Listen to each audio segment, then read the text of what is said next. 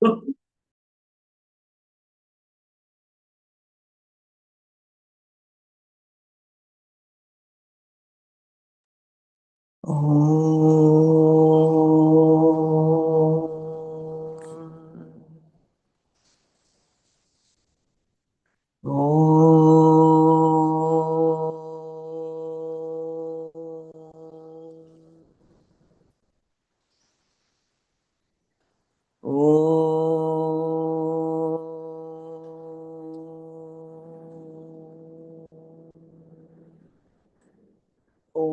Sahana Vavatu Sahanau Bhunaktu Sahaviryankaravavahai Tejasvinavadhitamastu Ma Vidvishavahai.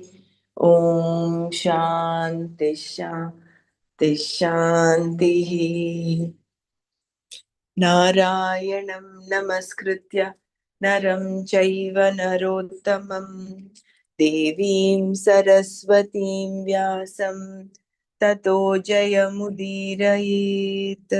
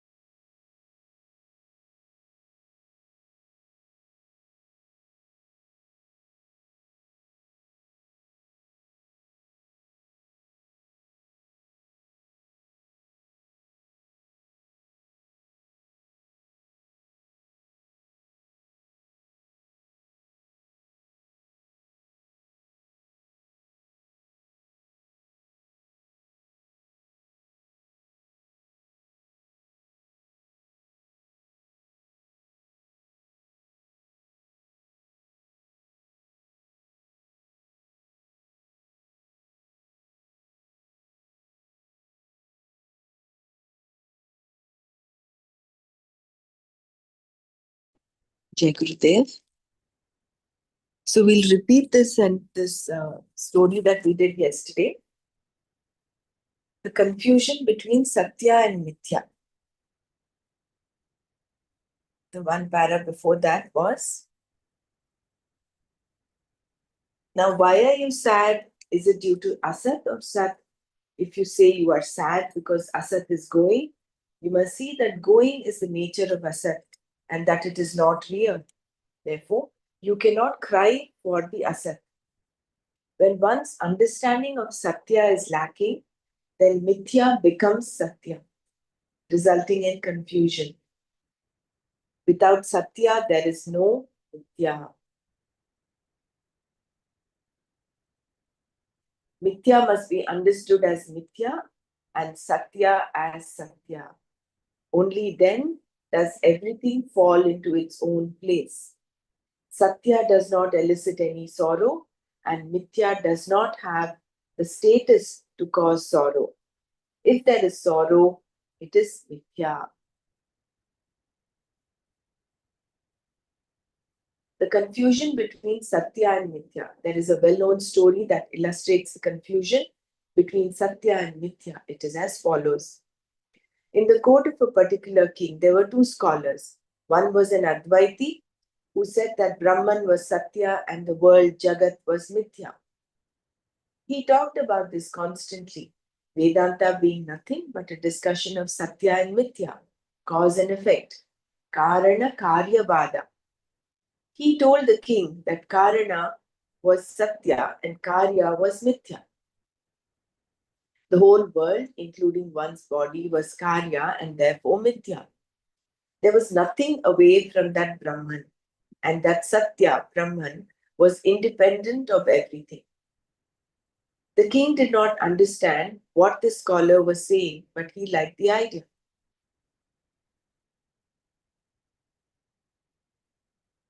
There was a fascinating aspect to it because it said that he was wonderful, that he was Brahman, and so on. The king found this pleasant to get up to each morning. It was good for his mental health at least. The second scholar was a dualist, Dvaiti, who kept telling the king that he was not Brahman, that Brahman was the cause of the world, Jagat Karana, and that he was a product subject to punya and papa. If he did the right things, he would gain some time in heaven, and if he did not, he would go to more unpleasant places such as Naraka. This scholar maintained that what he was saying was the truth as stated in the Shastra. He even backed up his statements by quoting Vedanta in his daily teaching. So the king listened to both of these scholars because he wanted to be impartial.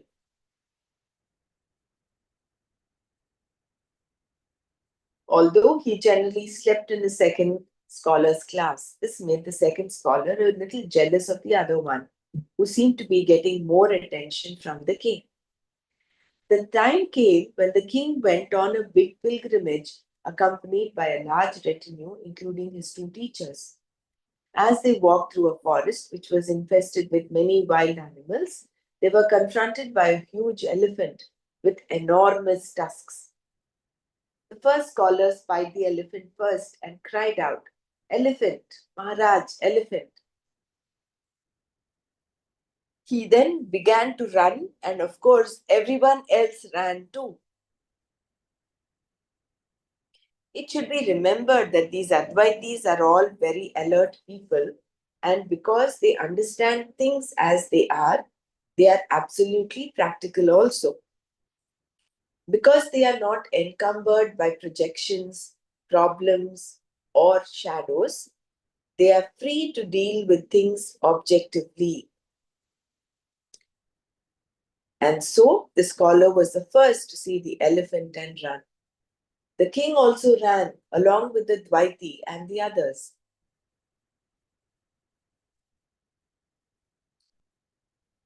After this adventure was over, the king decided to camp and start out again the next day when there had been time to check for safety. While the king was relaxing, the second scholar went to him and said, "O Lord, did you see how our Advaita Guru ran?" The king remarked that he indeed had run very well.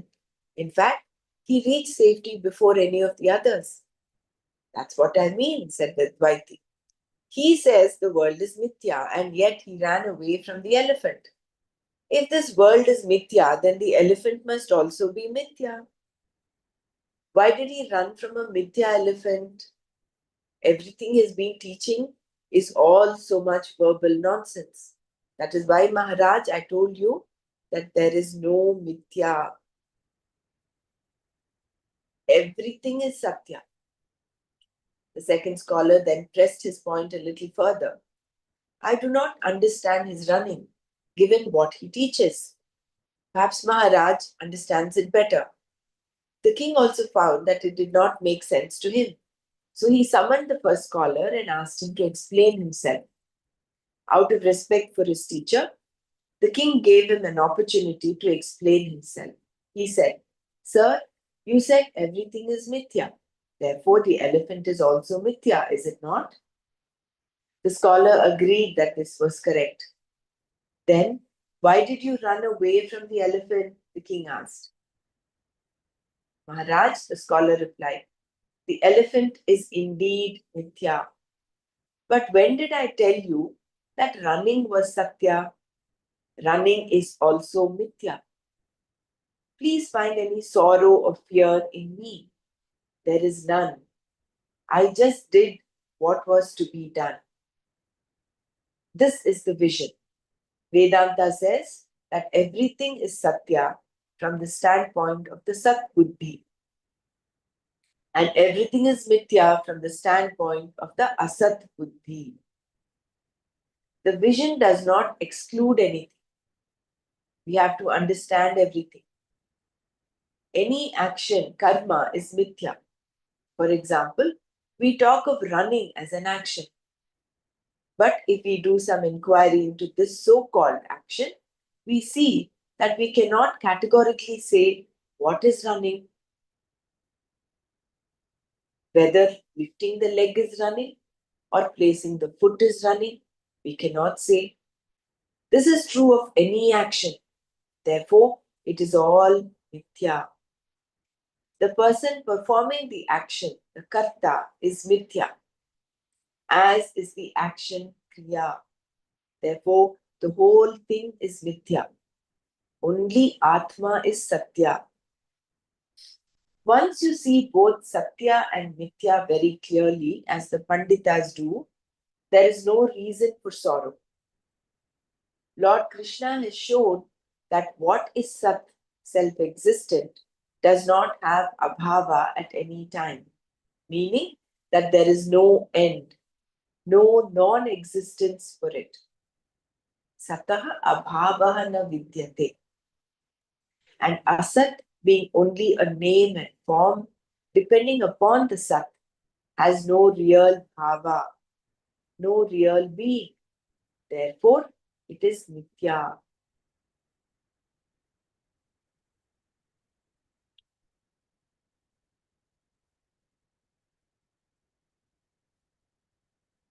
So, few sentences I just want to highlight here. One is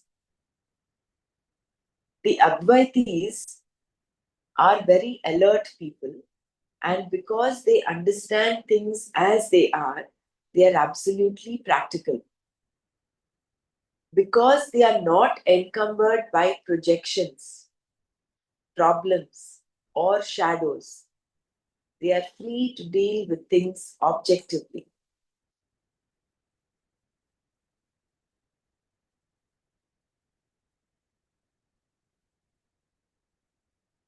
So they do not project things over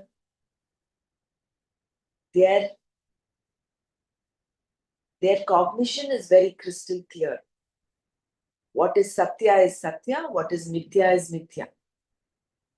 That does not mean they do not live life practically. They live life practically. They're very alert. So this is going to be our these are actually the prajna lakshanas that are being projected, that are being mentioned here. So they are not encumbered by projections, problems, or shadows.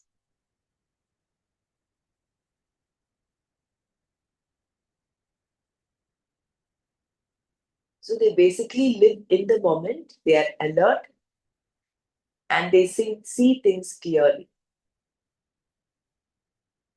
And they also are fearless. There is no fear or sorrow in them, which is why he says, please find any sorrow or fear in me. There is none. So if he ran, it was not out of bhaya. Maybe that little bhaya is there, the understanding that the elephant is a wild animal and it can crush you to death. That awareness is there.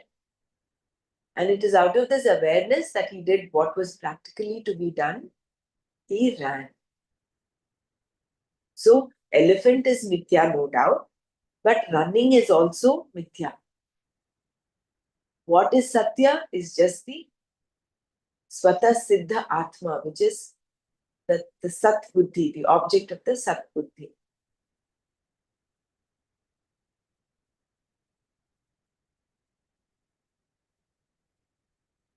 Whereas the Dvaiti says that Atma is Satya. For the Dvaiti, everything is Satya. There is nothing called Mithya. The product of Satya, the product of Atma, is the human being who is a product of the Atma, is subject to Papa Punya based on the actions he does. And then he will find a birth either in hell or heaven. But both are Satya according to the Dvaiti. So that is why it is so important for us to follow the Sampradaya. We are following the Advaita Sampradaya. This is it. What Shankaracharya has set out, what we're reading right now in the Gita home study, what Gurudev, we all belong to that Advaita Sampradaya. What Gurudev gives in his knowledge is all Advaita Sampradaya. That is why it is best to not, uh, not move track. Although what Dvaitis say may be very nice and flowery and very nice to listen to, it might just take us away, the conceptual, because we are still learning and we are still in the formative phase. So what the Dvaiti says was, Brahman is the cause, Jagat Karana, that and that he was a product. He is meaning the scholar. We are all the human beings are subject to Papa Punya. If he did right things, he would gain some time in heaven. Otherwise, he would go to Naraka. This scholar maintained that what he was saying was the truth as stated in the Shastra. In fact, they even quote Shastra. He even backed up his statements by quoting Vedanta in his daily teaching. So, for us, that distinction and that discrimination is very important for us to stay with the Advaita Sampradaya. Because later, I think in chapter 18, extensively, Swamiji discusses how um, the Purva Pakshi, he takes the stand of the Dvaiti, of the Karma Kandi, and then how he argues, counter argues. Shankara gives the counter argument, why it is not so, why it is Advaita only, not Dvaita. So, anyone wants to share? It's a very beautiful story that clearly brings in the distinction between Dvaita and Advaita, and how we have to live. As long as we are living, we will have to live in this transactional world, rooted in the knowledge of what Satya is. We have to know the distinction between what is Satya, what is Mithya. We should know Satya is Satya and Mithya is Mithya, and not carried away by projections,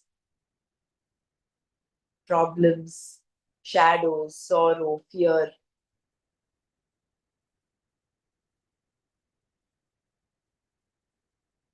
All this again boils down to Atma Anatma Vivek.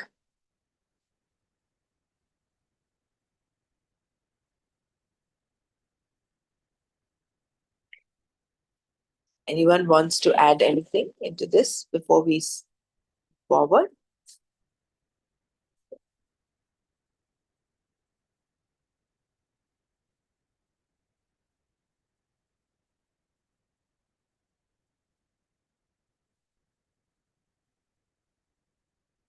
And Advaita is so beautiful because no wonder the king was all ears when the first scholar, the Advaiti, was talking to him, because it tells you, hey, listen, You are eternal, you're beautiful, you're Satchit Ananda. Whereas the Dvaiti tells you you're subject to Papa Punya.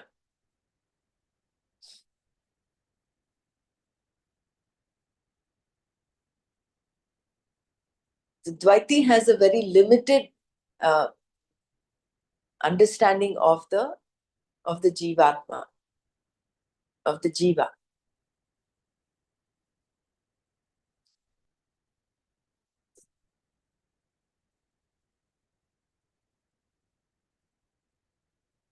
Not that we are not subject to Papa Punya. Of course, we are subject to Papa Punya, but the absolute truth is that the Atma is free from Papa Punya. Karma and all that, the results of karma are all in the transactional world. And all that is Mithya. So there is no concept of Mithya for the Dvaitis. Everything is Satya.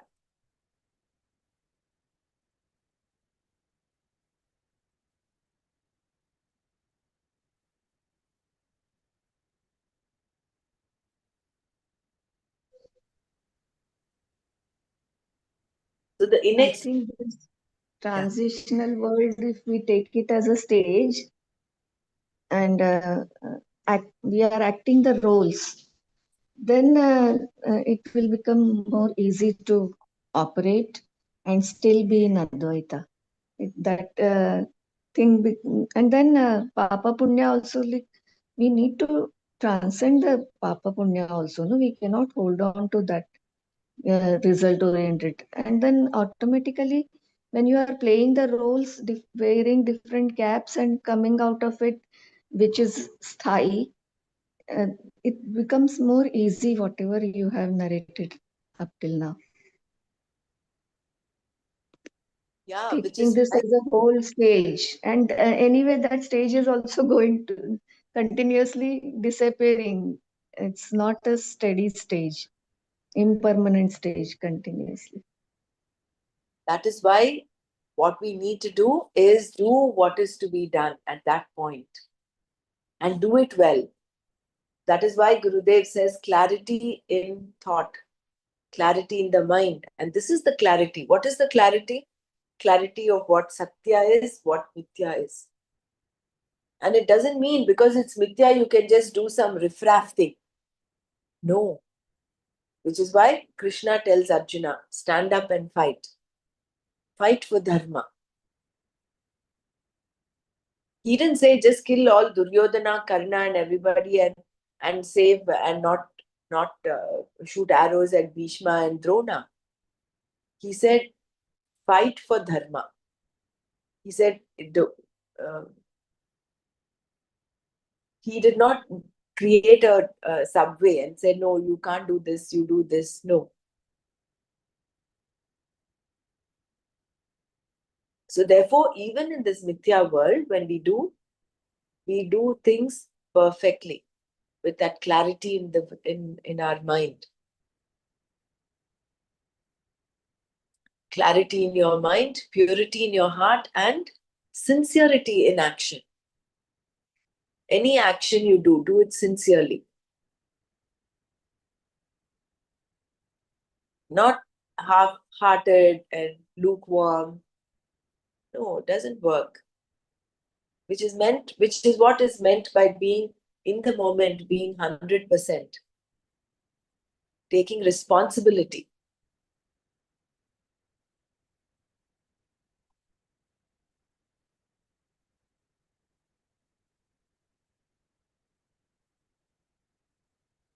So all what Gurudev has given us in a nutshell actually makes so much sense. He's just filtered out the whole essence of Advaita for us.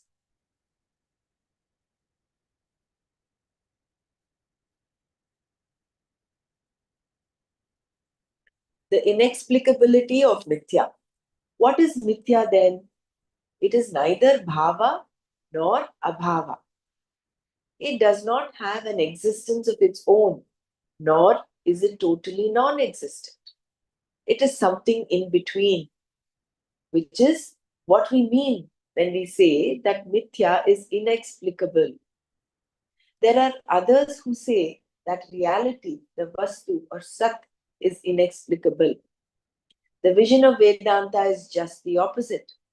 Only the vastu can be unfolded, albeit by implication, and everything else is inexplicable. I think these few lines will answer so many of our questions that keep coming back to us. When did the first prarabdha karma start?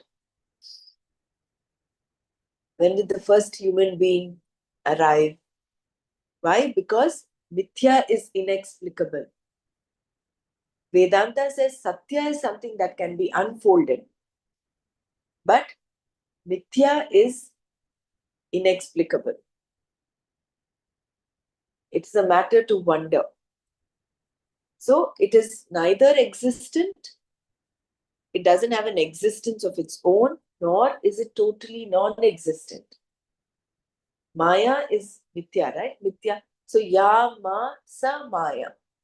That which is not but appears as though it is. It is something in between, which is what we mean when we say that mithya is inexplicable. So instead of trying to put all our energies in trying to understand what Maya is, we will have to direct our energies into understanding what Atma is. We wonder at what Maya is, but understand so that we can recognize the truth of ourselves. Only the Vastu can be unfolded, albeit by implication, and everything else is inexplicable. While there are others who say that reality, the Vastu or Sat, is inexplicable. Can truth be defined? It is generally taught that truth cannot be defined, whereas we say that truth alone can be defined. Everything else can be only conditionally defined and so requires further definition. Therefore, any definition of an object which is asat, mithya, is a point of view subject to further definition. Being neither sat, existent, nor tucha, totally non existent, how can mithya be defined? There is no explicability for mithya. That there is no explicability is its explanation. We are not just getting lost in mithya and then saying it is not explainable at all. It is inexplicable in the sense that it cannot categorically be defined as this is satya, because our definition of satya is that which is not negated at any time. Because what is never negated at any time is satya. You cannot say that an object such as a pot is satya because it did not always exist. Furthermore, it may be broken tomorrow. Nor is it always the same pot, since yesterday it was in one form and today it is in another. The pot is also not the chap, totally non existent, because if it were non existent, it would not be perceived or known to hold any water. There is therefore such a thing as a pot. Between Sat and Tucha, therefore, there is a reality, which is referred to as Asat. In fact, the technical word for Asat is generally Mithya.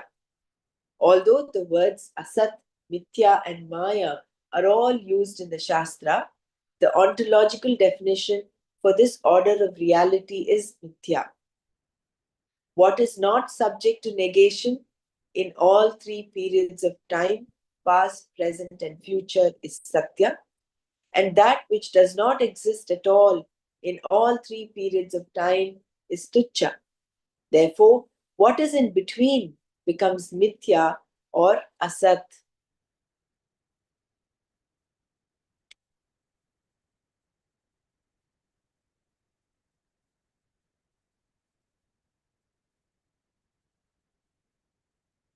So there are three orders of reality. One is Satya.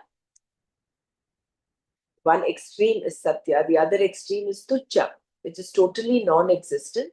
And in between Satya and Tucha is Mithya.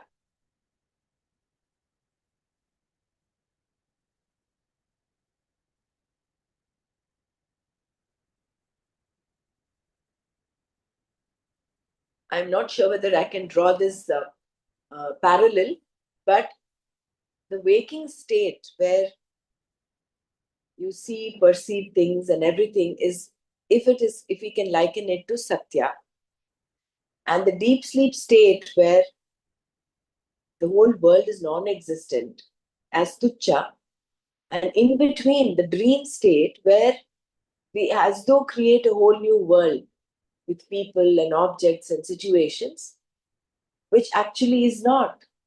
The dream is not, but as long as we're in the dream, we assume that that is, for us, it seems very real. So it is actually not there, but it's as though there. So that dream state is the Mithya state. And when you extrapolate this to the Brahman is Satya, something which is totally non-existent is Tucha. And in between the whole life, the whole samsara is in this dream world, dream state. That is why Gurudev says, take the whole life as a dream. Don't sit and analyze your dreams.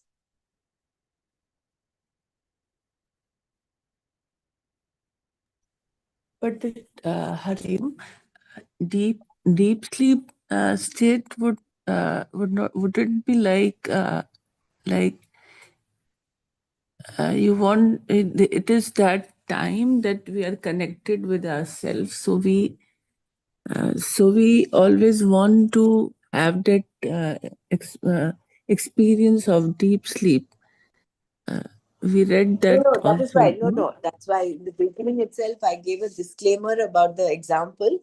It is on a very superficial level. I mean, if we tease out deep sleep, then yes, this example will not hold. What I meant was the three different orders of reality with respect to samsara, with respect to the world. In the waking state, it is all it is real to us.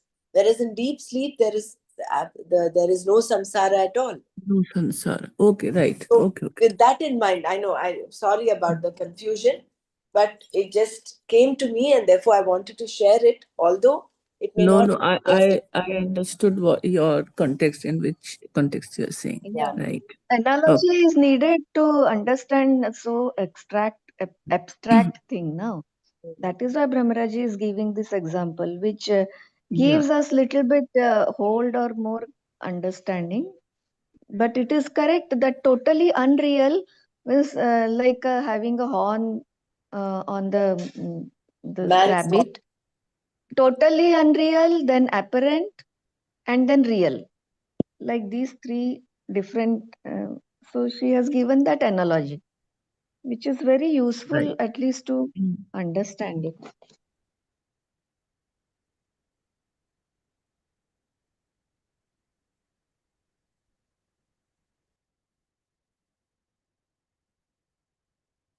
So with this example and the story that we just learned, the reason and the principle of karma yoga becomes even more um, clear. Karma yoga is all about doing what is to be done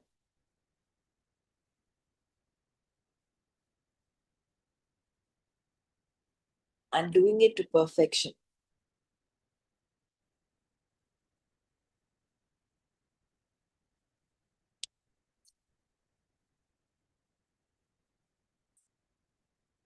Shall we move ahead? Anyone wants to share anything?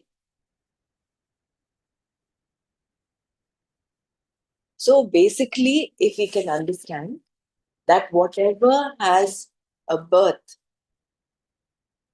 will stay for a while and it will die. So whatever has has come into being, which is time bound, is all mithya. So, with this basic principle, you can include all those things that are time bound, including the body, the mind. See, the mind is not there in deep sleep. Mind is like at rest. It is only that chit, that consciousness is still there, that which is what tells you, hey, I had a good sleep. But everything else, where is your intellect? Intellect is asleep. Ego is asleep.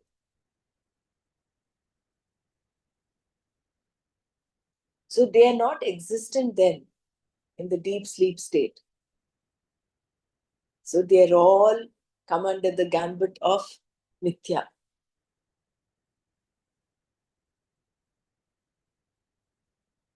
But can we negate them completely? We need to use them. Use them, be practical. Understand the nature of the mind. And then that is how the Advaiti functions in the world. He is not entangled by projections, by problems, sorrow, or fear.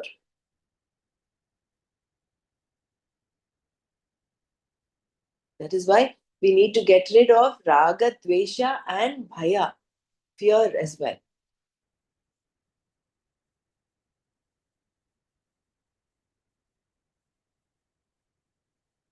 Living life fearlessly. And I think once we get rid of this fear, then you will stop being a people pleasing person, always wanting to please.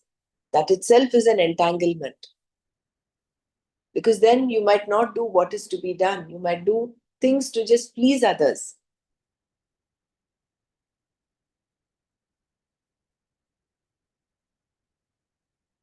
I mean, this is an offshoot of what we are discussing about how to live life as a karma yogi,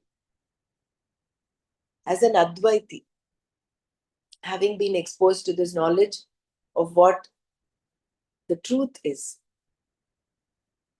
And again, that beautiful paragraph about how mithya is inexplicable, whereas satya is something that can be unfolded.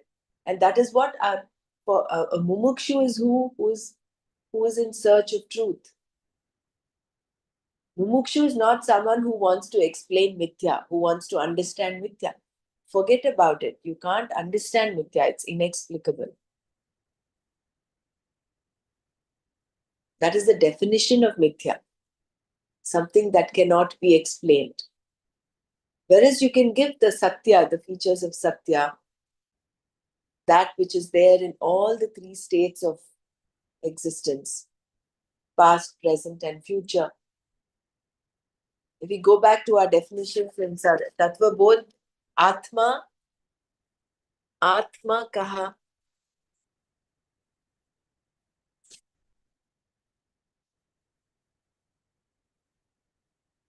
That avasthatraya sakshi,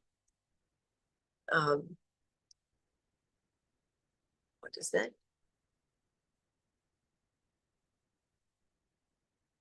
Atma kidrishi.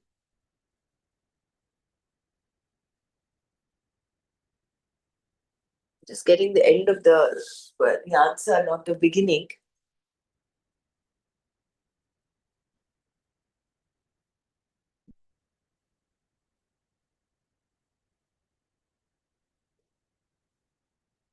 It's called Kala Titaha. Second.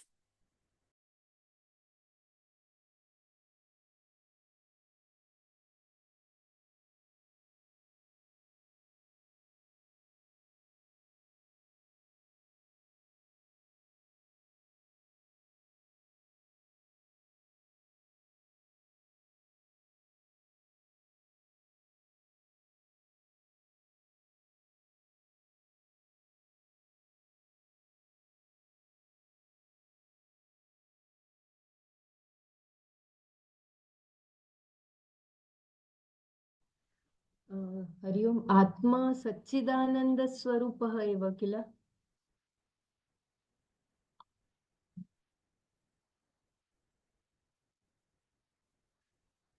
ब्रह्मराजी आत्मा तो सच्चिदानंद स्वरूप एव which is काल इन तीनों कालों में भी same रहता है Correct. If we know that, yes, I understand that. But I wanted to give the Sanskrit version of the definition of Atma is given in the Tattva Bodh. Just 1 second, huh? yeah that only I took out Ah, आत्मा आत्मा तर्हि कः ah, Sachchidanand स्वरूपः huh. And then that there's some further definition, right, of that? या सत् किं कालत्रयेऽपि तिष्ठति इति सत् Correct. चित् किं ज्ञानस्वरूपः Mm, आनन्दः कः mm, सुखस्वरूपः mm. एवं सच्चिदानन्दस्वरूपं स्वात्मानं विजानीयात् Mm. And maybe there's a little further after that also. Kalatraye pitishtati.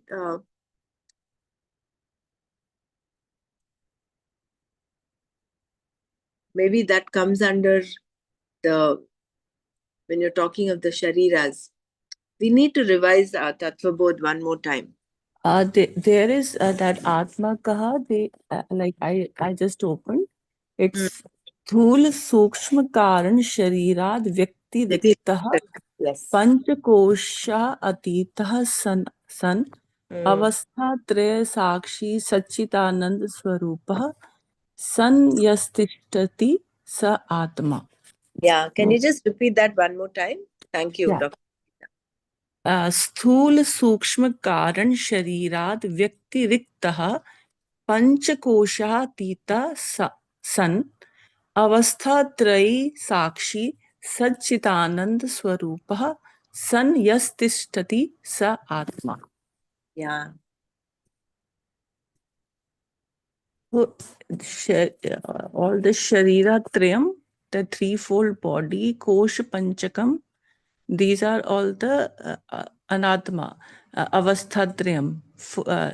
Shariratrayam is the threefold body. Then kosha panchakam, fivefold layers of human personality. Avasthatrayam is the threefold states of experience. These three are the external shells that Atma. Whereas the Atma, it is Sthula Shariram, Sukshma Shariram, Karan Shariram. These are the Shariratrayam. Then Panchakosha, that 5 layers of personality. Anmaya, Pranmaya, Manomaya, Vigyanmaya, Anandmaya. These are the Kosha Panchakam. These are the Anatma. Avastha Traya Sakshi, Jagrat, Swapna, Sushupti. And then these Jagrat, Swapna, Sushupti is again that Anatma. And Atma is Avastha Trai, which consists of Vilakshana Atita and Sakshi witness. So they have compared both the Atma and Anatma. There was one PDF in which it was given in a tabular form. So it is like, you in tabular form, it totally like it. You don't have to, for revision, it is good. Like, yeah. Maybe Even one of the days. Gunatrayatit, na? Even I'll take a Gunatrayatit. screenshot, right? And I'll post it on the WhatsApp. Even it is Gunatrayatita, no? Brahmaraji? Gunatrayatit. Triguna. I think in the definition given in the Tattva Bodh, I think gunas are not mentioned there. Acha, okay. No, it was the comparison of Anatma and Anatma given in a tabular form, which I was reading. I'll No, post but it on this. Then you can just say it in the class. yeah. And just one moment. स्थूल सूक्ष्म कारण शरीरात् व्यतिरिक्तः व्यक्तिरिक्तः पंचकोशातीतः अवस्थात्रय साक्षी सन् यत् तिष्ठति स आत्मा, right? And सच्चिदानंद स्वरूपः यः तिष्ठति स आत्मा. And then further definitions of sat. Sat kim kalatrayepi tishtati iti sat. Chit kim jnana swarupa. This was a question sometime few days back. What is chit? Chit is that jnana swarupa, the knowledge principle with which you are able to, when I'm speaking, when what is that is inside of us, that is knowing, that is hearing, that is understanding, that knowledge principle. And then anandaha kaha sukha swarupa. I think what we should do, maybe in the middle of second chapter, when we all get, arrive at when we want to do this, maybe a week, 10 days from now, let's all go through the definitions of Tattva Bodh. And one class we will have just the question answers. We'll just learn out the definitions. Yes. Because Yes. I just posted that on the WhatsApp group. Okay. Yeah. Nice. Thank you, Bela and Dr. Savita, for that recap. So, Brahmaraji, just a quick revision for like knowingness, knowledge, and knower. These three are the same, but when we understand each of them, that is again that analysis and synthesis of all three is essential, right? Correct. See, because there is only one that exists. The distinction that we are able to see as the knower, knowledge, and the known, we're seeing them separate, is because of this Maya, because of ignorance. Avidya is Maya Janitam, right? So that is why even in Patanjali Yoga Sutras, what is it? Abide in the seer. Move from the scenery to the seer. The seer is the only one truth. There is only one. You're able to see the scenery as separate from the seer. So when all this merges into one, that is the steady state of samadhi, where the known, that is the object that is perceived, the process of perceiving, that knowledge, as well as the knower, they all merge into one. Yeah, the knower, the knowledge, and the known. Known. We don't know. That is the ignorance. And when you were telling that, oh, these 2-3 sentences will explain everything about Satya and Mithya, I was just waiting what you will be saying about Mithya. And then you say, we can't be known. Yes. It cannot be known. But somewhere we keep feeling, right? Why this so much of reading is happening about this? Like somewhere that urge to know more, right? Yeah. It is so simple that this is Mithya. But again, you explained that it is not total untrue. That is very important, I feel.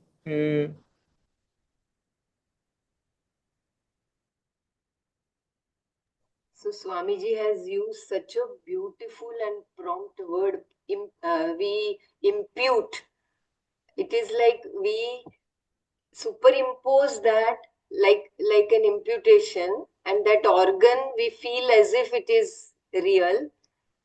It looks like as though real, but we know in reality it is imputation which is covered. Such a prompt word Swamiji has used. One thing I don't understand, that tuchha, where that existence is there in for the human life, like, which is like, it is totally non-existent. So how No, can it we? is not totally That is non-existence. Where it is not, it is Tuchha says, is no. uh, This is again where we are getting confused. I feel it is not totally like we are untrue. mithya. It is That impermanent. It is impermanent according to the definition of truth. It is untrue. The Vedic definition of truth is kala tayatritaha, right? In not three past, present, future. It is not remaining the same. According to that definition, it is untrue. But today itself, Brahmaraji said it is not totally not untrue, or it's in between. It is no. impermanent. I think what so you are talking of is mithya. What Dr. Savita has asked is about tucha. Tucha So isn't the same as mithya. no, no, tucha no. non-existent. Like example is a man's horns, or say a barren woman's son. So a barren woman who is totally infertile cannot produce a son. So I think, Dr. Savita, the tucha aspect is brought out only for us to understand what mithya is, Okay. because it is not, it's non-existent. It is something that is not there. So there is no question of it being there, but it is brought in as an explanation to For mithya, to explaining mithya. yeah, not even explaining mithya, to give us the how mithya is. It is between Oh, between okay. totally non-existent to totally existent. So it's a state somewhere in between, that mithya. Yeah, yeah, because this sentence, when you were reading, the pot is also not tuchha, totally Mm. non-existent. Mm. Because if it were non-existent, it would not Not be hold water. perceived or known to hold any water. Correct. Yeah, so that, yeah, right. So, which So, is why when Rinal keeps asking, this pain, I'm able to experience this pain. Yes, of course. Pain is inevitable. Pain is there. But that suffering is what we project. And that is what Krishna has been telling him. Ashocyan anvashochastvam. You're grieving for something that does not need to be grieved. As long as we have this body, as long as we have the five senses, as long as we have the mind body equipment, we have to go through the experiences of life. But how are we going to go? That inner shift of attitude is all what Vedanta is telling us. It's great to know the difference between mithya and tucha. I think I Yeah. missed it. Yeah. The reading I was. Tucha, Satya, Mithya, Tucha. These are the three orders of reality that were explained in order to come to this, to explain what Sat is, Asat, and Asat, of course, is Mithya. Because these are the terms that keep coming in the study. So it is important for us to know that there are three different terms. So we'll stop here today. So tomorrow we'll start from verse 17 and we'll take that forward. So what we can do regarding Tattva Bodh is we can either listen to there's a YouTube on the whole Tattva Bodh that we did, either that or for only the definitions, or we can do it on our own to study, whichever way. Maybe today is the 30th of July. So maybe around the 15th of August, we'll give ourselves 2 weeks. We can have one session, maybe on a Friday or so, Friday or whichever day. We'll run through all the definitions of Tattva Bodh. We'll have a quiz actually. Hari Om Brahmaraji. Yes. Tomorrow, can we just have a quick, just from Tattva Bodh only, just quick questions only and answers? before we start the 17th verse, or we can Okay. start it?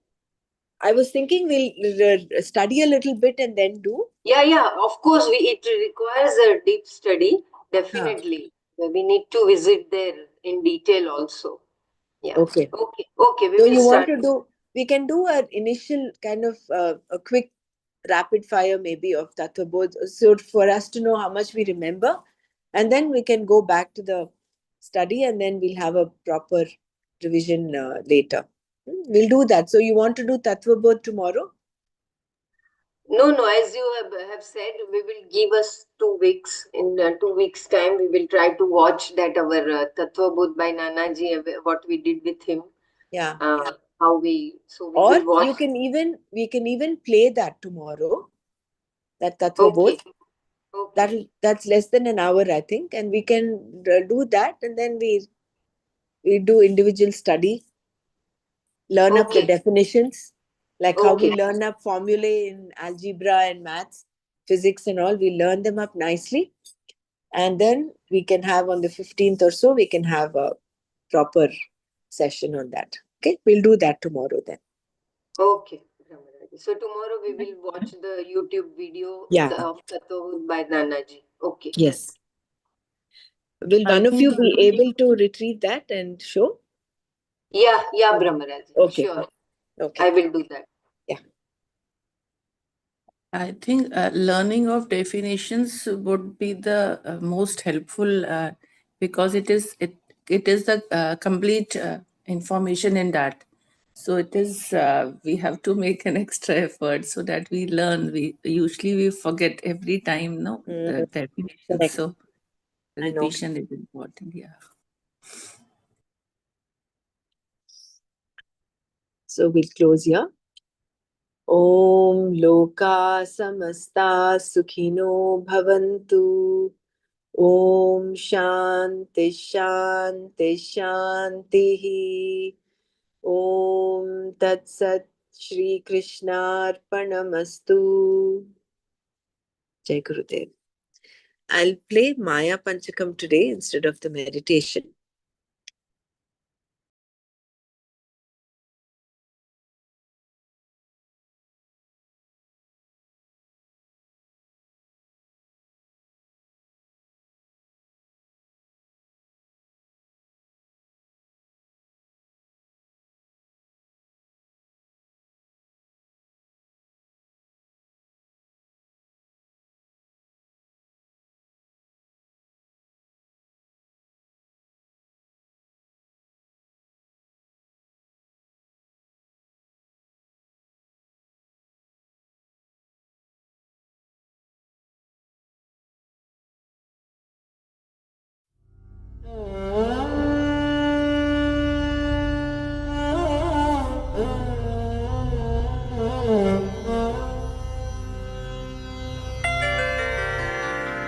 निरुपमनित्यनिरंशकेऽप्यखण्डे मयि चिति सर्वविकल्पनादिशून्ये घटयति जगदीश जीवभेदम् त्वघटितघटना पटीयसी माया त्वघटितघटना पटीयसी माया श्रुतिशतनिगमान्तशोधकानपि अहधनादिनिदर्शनेन सद्यः कलुषयति चतुष्पदाद्यभिन्ना न घटितघटना पडीयसी माया सुखचिदखण्डविबोधमद्वितीयम् वियदनलादिविनिर्मित्ते नियोज्य भ्रमयति भवसागरे नितान्तम्